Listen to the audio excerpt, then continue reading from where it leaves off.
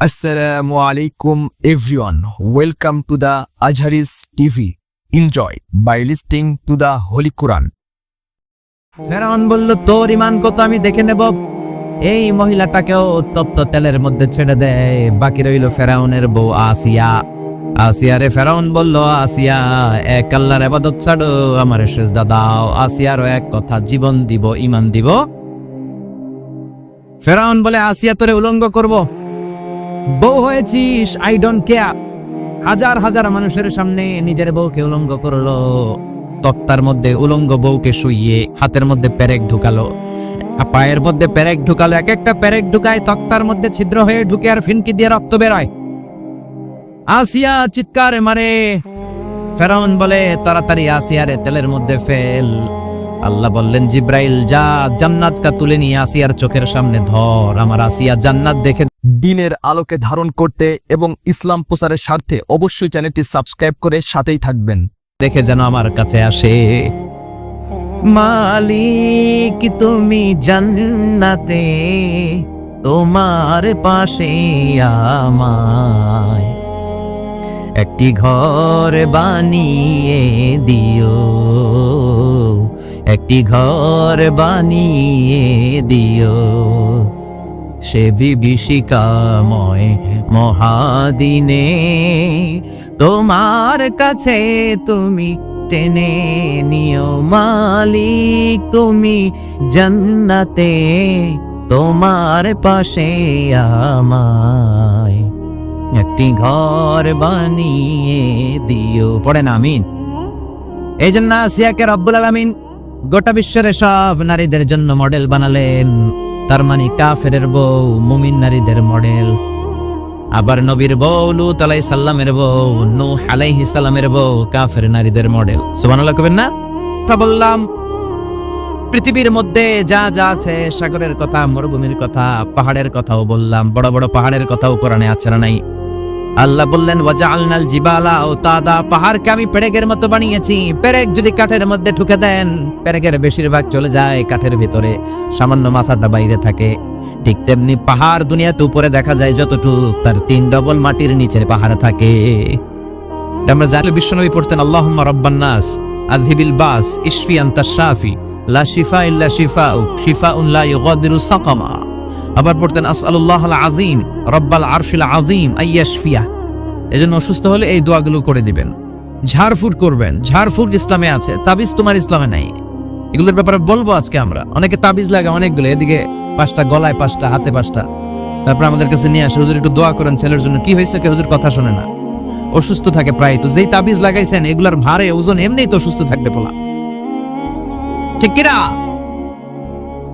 তাবিজ ছিঁড়ে ফেলবেন। বেশিরভাগ তাবিজগুলোর মধ্যে দেখবেন ওই যে মোমবাতি দিয়ে আটকায় দেয় না, খোসায় খোসায় খুলবেন, খুইলা দেখবেন ভিতরে কি লেখছে জানেন? জাফরানের কালি দিয়া 7, 8, 9, 3, 4, 5। হুজুর এগুলো কোরআনের আয়াতের সংক্ষেপে লিখছে। তোরে সংক্ষেপে লেখার পারমিশন দিয়েছে কে? কে দিয়েছে পারমিশন? 786 নাকি বিসমিল্লাহ হয়? 1 কোটি বার 786 লেখলো একটা বিসমিল্লাহ সমান হবে? বিসমিল্লাহরে সংক্ষেপ করলো 786। আবার হরে কৃষ্ণ হরে রাম এটারে সংক্ষেপ করলো 786। তিল্লা এখন ঠিক কিনা? এজন্য তাবিজ তোমার নয়, রুকিয়া করবেন। ঝাড়ফুঁক করা সুন্নাহ। ঝাড়ফুঁক করা কি সুন্নাহ। সূরা ফালাক, সূরা নাস, এই 2টা পরে যদি ফু দেন, জিনের বাদশাও দিব দো। নিত্য নতুন ভিডিও পেতে আমাদের চ্যানেলটি অবশ্যই সাবস্ক্রাইব করবেন এবং অল নোটিফিকেশন বাটনটি অন করে রাখবেন। ছোট্ট বাচ্চারা যদি জিনে ধরে, পরিতে ধরে, আয়াতুল কুরসি পরে ফু দেন, জিনের 12টা বাজায় দিবে কে? এগুলো পড়তে চায় না। বিশ্বনবী হাসান আর হুসাইনকে এই দোয়াগুলো পড়ে ফু দিতেন। হাসান হুসাইনকে তাবিজ পড়ায় নাই কখনো। বিশ্বনবী একটা স্পেশাল দোয়া পড়তেন, বুখারীর বর্ণনা, আউযু বিকালিমাতিল্লাহি তাম্মা মিন কুল্লি শাইতানিন ওয়া হাম্মা ওয়া মিন কুল্লি আইনিন লাম্মা।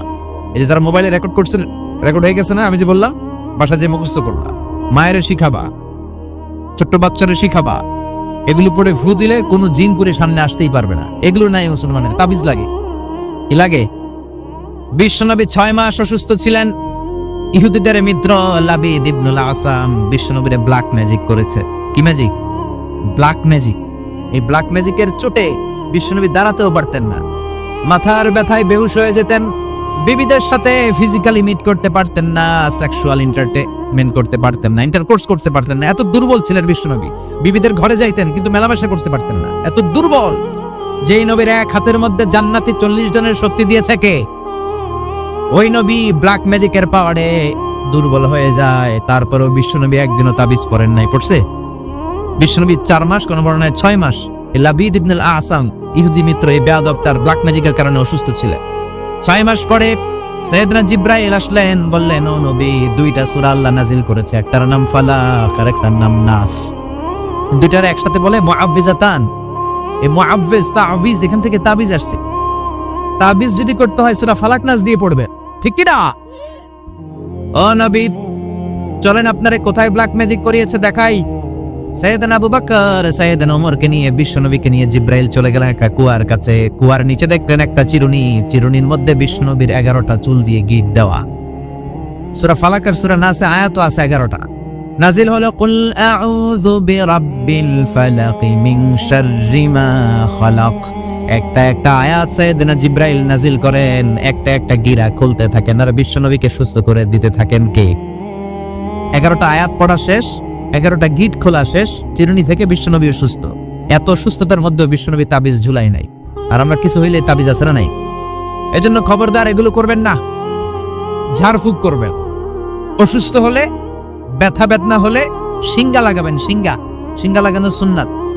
কিন্তু বাদদানি মহিলারা যে মাথায় দিয়ে যায় ফুকোয়ায় জুকোয়ায় সিঙ্গা লাগায়, সাপের খেলা দেয়। আপনার পছন্দের ইসলামিক স্কলারের নতুন এবং পুরাতন সকল ভিডিও আমাদের এই চ্যানেলে পেয়ে যাবেন ইনশাআল্লাহ। দয়া করে চ্যানেলটি সাবস্ক্রাইব করে রাখবেন। দেখাই এগুলো বলে, এলাকে বলে ফুকোয়ায় জুকোয়ায় সিঙ্গা লাগে। ওই সিঙ্গা না, বিশ্বনবী যে সিঙ্গা লাগিয়েছেন, আরবিতে এটাকে বলে আল হিজামা, ইংরেজিতে বলে কাপিং। এজন্য বিশ্বনবী নিজেও সিঙ্গা লাগাতেন, সাহাবীদেরকেও সিঙ্গা লাগাতে বলতেন। আমাদের সমাজে এখন আমরা সিঙ্গা লাগাই না, ঝাড়ফুঁক করি না, খালি তাবিজের পিছনে দৌড়াই। আজকে থেকে ঝাড়ফুঁক শুরু করবে। কেউ যদি অসুস্থ হয় সূরা ফাতিহা পড়ে ফু দিবেন। সুস্থ করবে কে? বিশ্বনবীর হাতে একবার বল্লা পোকা কামড় দিল, ব্যথার চোটে নবী কাতরায়। মা আয়েশারে বললেন আয়েশা লবণের পানি গরম দাও, হাতের মধ্যে ঢালো। বিশ্বনবী সূরা ফাতিহা পড়তে লাগলেন আর ফু দিতে লাগলেন। মা আয়েশা লবণের পানি ঢালতে লাগলেন। মা আয়েশার লবণের পানি ঢালাও শেষ, বিশ্বনবীর সূরা ফাতিহা পড়াও শেষ, আঙ্গুলের ব্যথাও।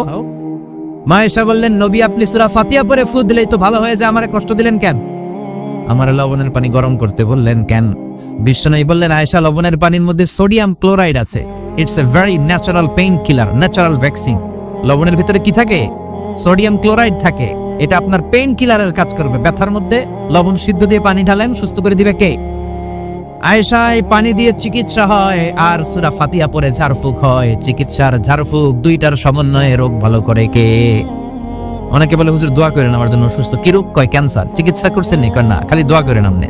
আমি বললাম আমার দোয়াতে আপনার ক্যান্সার ভালো হবে না, আপনাকে চিকিৎসাও করতে হবে, তারপরে হুজুরের কাছে দোয়াও চাইতে হবে। দুইটার সমন্বয়ে রোগ ভালো করে কে? বিশ্বনবীর সাহাবারা সফরে গেলেন, পথিমধ্যে দেখলেন অনেক মানুষের ভিড়, মানুষকে সরিয়ে এক সাহাবী ভেতরে ঢুকলেন। বুখারীর বর্ণনা। ঢুকে দেখে এক লোক শুয়ে আছে, সবাই মন্ত্র পড়ে ফু দেয়। সুমন্তর সু কালী কুত্তার গু, এরকম সুমন্তর সু আছে না নাই? সাহাবী বললেন কি হয়েছে তোমাদের? লোকেরা বলল যে লোকটা শুয়ে আছে আমাদের নেতা, একটা অজগর সাপ পাইথান কামড় মেরেছে আমাদের নেতা। দিনের আলোকে ধারণ করতে এবং ইসলাম প্রচারের স্বার্থে অবশ্যই চ্যানেলটি সাবস্ক্রাইব করে সাথেই থাকবেন। মরে যাবে, আমাদের সুমন্তর সু কালী কুত্তার গু, এগুলো দিয়ে কিচ্ছু হচ্ছে না, কি করি? বুখারীর বর্ণনা। সাহাবী বলেন আমার কাছে এমন এক জিনিস জানা আছে যেটা পরে ফু দিলে ভালো করবে কে? ওরা বলতে লাগলো তাহলে তুমি করো। সাহাবী কয় না, করুম না, শর্ত আছে। কি শর্ত? 100 ছাগল দিবা। কয়টা ছাগল? আতিফু গানাম, এক পাল ছাগল দিতে হবে। সবাই চিন্তা করলো যেটা অসুস্থ আমাদের নেতা, নেতা মরে গেলে আমরা হয়ে যাবো খেতা, ঠিক কিনা? ছাগলের কোনো সমস্যা নাই, বাড়ি বাড়ি ছাগল তুলতে শুরু করলো। এক পাল ছাগল তোলা হয়ে গেল। এবার সাহাবীরা ডেকে বলে যাও ঝাড়ফুঁক করো। বিশ্বনবীর সাহাবী ওযু করে জিজ্ঞেস করলো কোন জায়গায় কামড় দিয়েছে? পায়ের এই জায়গায় কামড় দিয়েছে। বিশ্বনবীর সাহাবী একবার সূরা ফাতিহা পড়ে ফু দিলেন, বন্ধ চক্ষুটা মুহূর্তের মধ্যে খুলে যায়। আবার ফু দেওয়ার পরে শোয়া থেকে বসে যায়। তৃতীয়বার ফু দেওয়ার পরে দাঁড়াইয়া হাঁটতে শুরু করছে। আল্লাহু আকবার। সব তো টাসকি খেয়ে গেছে। সাহাবাকে টাসকি পরে খাইও, আগে ছাগল দাও। 100 ছাগল নিয়ে বাপের বেটার মতো মদিনায় ফিরে আসতেছে। মাঝ পথে সাহাবাদের পেটে প্রচন্ড ক্ষুধা, কয়েকটা ছাগল জবাই করেও খাইছিল। এখন চিন্তা করলো, হায় রে, কোরআন বেচা যে ছাগল লইলাম, এটা জায়েজ হয়েছে কিনা খাওয়াটা? বিশ্বনবীর মাসালা জিজ্ঞেস করার দরকার আছে না নাই? মদিনায় যে বিশ্বনবীর দরবারে হাজির, সালাম দেয়, ও নবী, সফর থেকে এসেছি, এমন এমন ঘটনা, 100 ছাগল এনেছি, ফাতিহা দিয়ে ঝাড়ফুঁক করেছি, জায়েজ হয়েছে কিনা বলেন। ছাগলের গোশত সবার পেটে ঢুকে গেছে আমাদের, এখন মাসালা দেন তাড়াতাড়ি। বিশ্বনবী বললেন, জায়েজ হয়েছে মানে কোরআনের দাম বাড়ায় আসছো মিয়া, ছাগলের গোশত কিছু থাকলে আমার ঘরেও দিও। আল্লাহু আকবার। উপদেশ বাণী। এখানে বাবা যারা এসেছেন তারা সবাই আপনাদের ছেলেদেরকে এই উপদেশগুলো দিতে হবে, এখন থেকেই তাদেরকে কোরআন শিখাতে হবে। এই জন্য ইসলাম বলে, জন্ম নেওয়ার পরে বাচ্চার কানে তুমি আজান দাও, যদিও বাচ্চার উপর এখনো তার আমলনামা শুরু হয় নাই, কিন্তু তার কানের সামনে ইসলামটা তুমি পৌঁছে দাও। এখনো তার নামাজ ফরজ না, রোজা ফরজ না, বড় হয় নাই, আমলনামা শুরু হয় নাই, কিন্তু জন্মের পরেই আজান, কারণ ইসলামটাকে কানের সামনে তুলে ধরো। 7 বছর বয়স হয়েছে, একটা সুন্দর নাম রাখো। সুন্দর নামের দরকার আছে না নাই? এখন সুন্দর নাম রাখতে চায় না। আজকে যার বাসায় খেলাম, ছেলের নাম আল ফারাবি, একজন বড় দার্শনিকের নামে নাম, খুব সুন্দর, এগুলো রাখবেন। লোকমান, এই নাম রাখবেন। লোকমান নামটা কেমন লাগে? সুন্দর লাগে তো? এই ভালো ভালো নামগুলো রাখবেন, তাহলে ছেলেগুলোর ভদ্র বানাবে কে? এখন অনেক বাসায় গেলে বাচ্চাদের এমন নাম শোনা যায়, অবাক হয়ে যায়। চাচা গ্রাম থেকে। নিত্য নতুন ভিডিও পেতে আমাদের চ্যানেলটি অবশ্যই সাবস্ক্রাইব করবেন এবং অল নোটিফিকেশন বাটনটি অন করে রাখবেন। শহরে আসছে ভাতিজার সাথে দেখা করতে, গ্রাম থেকে শাকসবজি নিয়ে আসছে। তো যাওয়ার পরে ভাতিজা নাস্তা দিচ্ছে চাচাকে, চাচা খান। চাচা নাস্তা খায় আর বলে, অনেকদিন পরে আসছি, তোমার নাকি 1 ছেলে 1 মেয়ে, আমার সাথে তো কোনোদিন দেখা হয় নাই, দেখো না একটু দেখা করি। ভাতিজা ওদেরকে ডাক দিছে, ব্রাশ পায়া শুন না, চাচা খানা থিয়ে দিছে দৌড়। ভাতিজা বলে, চাচা দৌড়ায়েন না, চাচা আইজো দৌড়, কাইলো দৌড়, জন্মের দৌড়। চাচাও দৌড়ায়, ভাতিজাও দৌড়ায়। চাচা কয়, ভাতিজা বয়স আমার 80, আমারে তুই ব্রাশ ফায়ার করিস না। ভাতিজা বলে, চাচা এই ব্রাশ ফায়ার, ওই ব্রাশ ফায়ার না, ছেলের নাম ব্রাশ, মেয়ের নাম ফায়ার। তুই বলছে ছেলে মেয়েরে ডাকো, তো ভাতিজা বলছে ব্রাশ ফায়ার। কপাল পোড়া, এরকম নাম আছে না নাই? আহাব্বুল আসমা ইলাল্লাহ আব্দুল্লাহ, আব্দুর রহমান। আল্লাহর কাছে সবচাইতে প্রিয়তম নাম হচ্ছে আব্দুল্লাহ আর হচ্ছে আব্দুর রহমান। সুবহানাল্লাহ পড়েন। এই নামগুলো রাখতে রাজি আছেন তো? আব্দুল্লাহ, আব্দুর রহমান রাখবেন, নবীদের নামে নাম রাখবেন, সাহাবাদের নামে নাম রাখবেন, তাহলে ছেলেগুলো ভদ্র হবে, নামাজি হবে, ঠিক কিনা? সাইয়েদনা লোকমান তার ছেলেকে উপদেশ দিলেন 10টা। জোরে বলেন কয়টা? উপদেশগুলো আল্লাহর কাছে এত ভালো লেগেছে, আল্লাহ সরাসরি কোরআনে যেমন যেমন বাবা উপদেশ দিয়েছিল তেমন তেমন আল্লাহ তুলে ধরেছে। এজন্য সব বাবাদের উচিত ছেলেদেরকে উপদেশ দেয়া। ছেলে যত ছোটই হোক, তার কানে আপনি ইসলাম পৌঁছে দেন, জন্মের পরে কানে আজান দেন, বয়স যখন 7 দিন আকিকা দেন। আকিকা অনেকে দেরি করে দেয়, কুরবানির সাথে দেয়, হ্যাঁ আদায় হবে, কিন্তু 7 দিনে দিলে সুন্নাত সম্মত আদায় হবে, ঠিক কিনা? সামান ছোট্টবেলা থেকেই ছেলের জন্য 10টা উপদেশ দিলেন। দুনিয়ার সব বাবাদের উচিত ছেলেদেরকে উপদেশ দেয়া। দিতে রাজি আছেন? রাজি আছেন? রাজি আছেন? বলো, তাকওয়ায় যার কলিজায় তাকওয়া বেশি, সেই আল্লাহর কাছে সেরা, ঠিক কিনা?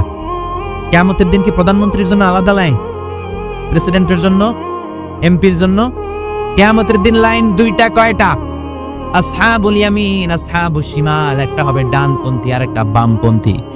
ডানপন্থীদের হাতের মধ্যে থাকবে লা ইলাহার পতাকা, আলিল্লাহি তাকবীর, আল্লাহু আকবার। আর বামপন্থীদের ওইখানে কিল ঘুষি আছে না নাই? দল 2টা। ওই দিন হবে আসল খেলা, ফাইনাল খেলা, ঠিক কিনা? এজন্য ইসলাম বলে, there is no difference between black and white, between upper and lower, between the richer section of the society and poorer section of the society, between the prime minister, member of the parliament and rickshaw puller, factory labor. Everyone is totally equal, 100% equal, completely equal in the eyes of Islam. চিল্লাইকম, ঠিক কিনা? সাদা কালায় পার্থক্য নাই, প্রধানমন্ত্রী কুলিওয়ালা, ঠেলাওয়ালা, রিক্সাওয়ালায় পার্থক্য নাই। পার্থক্য হলো যার কলিজায় তাকওয়া বেশি, সেই আল্লাহর কাছে সেরা। সারাদিন ছাগল চড়াতো, রাতের বেলায় যখন ঘরে ফিরতো, এলাকার মানুষগুলো এরকম বসতো ওনার কথা শোনার জন্য। মাগরিবের পরে হাজার হাজার লোক চলে আসতো এই রাখালের কথা শুনতে, কারণ আল্লাহ তাকে হিকমত দিয়েছে, প্রজ্ঞা দিয়েছে, বিবেক দিয়েছে, কমন সেন্স দিয়েছে। সাইয়েদনা লোকমানের কথা শোনার জন্য হাজার হাজার লোক হয়। লোকমানের মনিব ভাবে ঘটনা কি আমি হলাম ওর সুপ্রিয় দর্শক, ভিডিওটি কেমন লাগছে সম্পূর্ণ ভিডিওটি শেষ পর্যন্ত দেখার অনুরোধ রইল। মনিব। আমার কাছে কেউ আসে না, আর এই লোকটা আমার কর্মচারী, কুচকুচে কালো দেখতে, তার কথা শোনার জন্য লোকেরা আসে কেন? লোকদের জিজ্ঞেস করলো তোমরা আসছো কেন? আপনার রাখাল ছেলের মাথার মধ্যে এত হেকমত, এত বুদ্ধি, তার কথাগুলো শোনার জন্য আমরা এসেছি।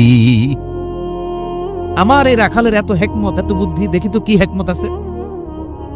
ডেকে আনলো একবার লোকমানকে। লোকমান তাআলা হুনা, এদিকে আসো।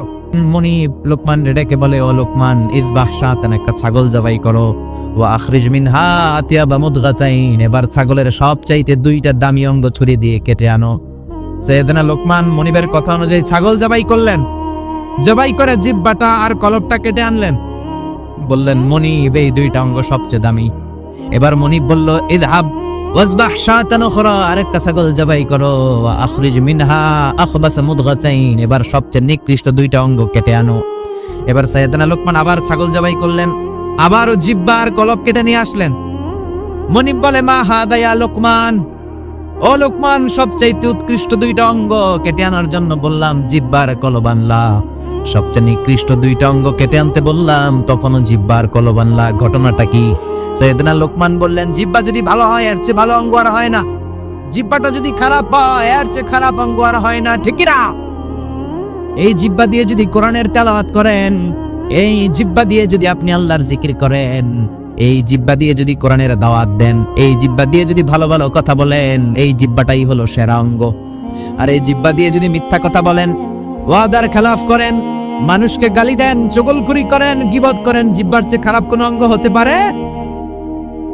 এজন্য আল্লাহ বললেন, আলাম নাজআল লাহু আইনাইনি ওয়া লিসানাও ওয়া শাফাতাইনি ওয়া হাদাইনাহুন নাজদাইন।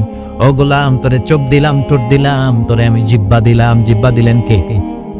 জিহ্বা না থাকলে খাবারের স্বাদ নিতে পারতেন? নিত্য নতুন ভিডিও পেতে আমাদের চ্যানেলটি অবশ্যই সাবস্ক্রাইব করবেন এবং অল নোটিফিকেশন বাটনটি অন করে রাখবেন। করে বলেন, আল্লাহর দেহের অঙ্গগুলোর সেটিং এত সুন্দর। এই দেখেন, খাবো, এইখানে মুখ, চাবানোর জন্য ভিতরে দাঁত, ঘ্রাণ নেওয়ার জন্য তার 2 ইঞ্চি উপরে নাক, দেখার জন্য চোখ। আচ্ছা, আমাদের চোখ দুইটা যদি পিছনে থাকতো, এদিকে একটা এদিকে একটা, তাহলে খাওয়ার সময় এটা ভালো কি খারাপ দেখার জন্য এইভাবে নেওয়া লাগতো, তাই না? আচ্ছা, নাক যদি এইখানে না থাকে, নাক থাকতো এইখানে, পিঠে যদি নাকটা থাকতো, তাহলে খাওয়ার আগে এটা কি ভালো খাবার না বাসি খাবার, আগে নাকের এইখানে দেখানো লাগতো, একটু সুইকা দেখি ভালো কিনা, ঠিক কিনা? চোখ যেখানে আল্লাহ রাখলেন, এখান থেকে যদি মাত্র 2 ইঞ্চি উপরে, এইখানে হয়তো বাম চোখটা, এদিকে ডান চোখটা, কি হইতো? ফুটবল খেলতে যায়, ফুটবলে হেড দিতে গেলে চোখ দুইটা ডিমের মতো পচে যেত, ঠিক কিনা? কান দুইটা চমৎকার জায়গায় দিলেন।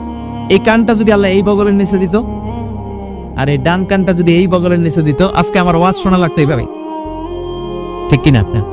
কারণ এইভাবে যদি কান চাপা পড়ে থাকে, কথা শোনা যাবে? সুবহানাল্লাহ কইতে পারলেন না? এই জন্য আল্লাহ বললেন, আলাম নাজআল লাহু আইনাইনি ওয়া লিসানাও ওয়া শাফাতাইনি ওয়া হাদাইনাহুন নাজদাইন। তোরে জিহ্বা দিলাম, জিহ্বা দিয়ে স্বাদ নেওয়ার সুযোগ দিলাম। আমাদের এই যে জিহ্বা, নরম নরম টিস্যু দিয়ে আল্লাহ জিহ্বাটারে বানিয়েছেন। এই জিহ্বার পার স্কয়ার সেন্টিমিটারে টেস্ট বার্ড আছে 84টা। সেই হিসাবে আমাদের পুরো জিহ্বা দিয়ে আমরা কয়েক হাজার ধরনের খাদ্যের স্বাদ আস্বাদন করতে পারি। কোন সুবহানাল্লাহ! এত নরম অঙ্গ দেহের আর দ্বিতীয়টা নাই। একটা চুল যদি জিহ্বার মধ্যে পড়ে যায়, সেটাও টের পাওয়া যায়, জোরে কোন ঠিক কিনা? এজন্য রব্বুল আলামিন সাইয়েদনা মুসারে ডেকে বললেন, ও মুসা, তোর মেজাজ দিয়েছি গরম, কিন্তু জিহ্বা দিয়েছি নরম। ইয়া আইয়ুহাল্লাযীনা আমানু কু আনফুসাকুম ওয়া আহলিকুম নারা। সুপ্রিয় দর্শক, আয়াতের বর্ণনা, আপনি নিজে জাহান্নামের আগুন থেকে বাঁচুন এবং অপরকে বাঁচান। এই ভিডিওটি আপনার বন্ধুদের মাঝে অবশ্যই শেয়ার করবেন। যদি ভিডিওটি আপনার কাছে ভালো লেগে থাকে, অবশ্যই লাইক, কমেন্ট এন্ড সাবস্ক্রাইব।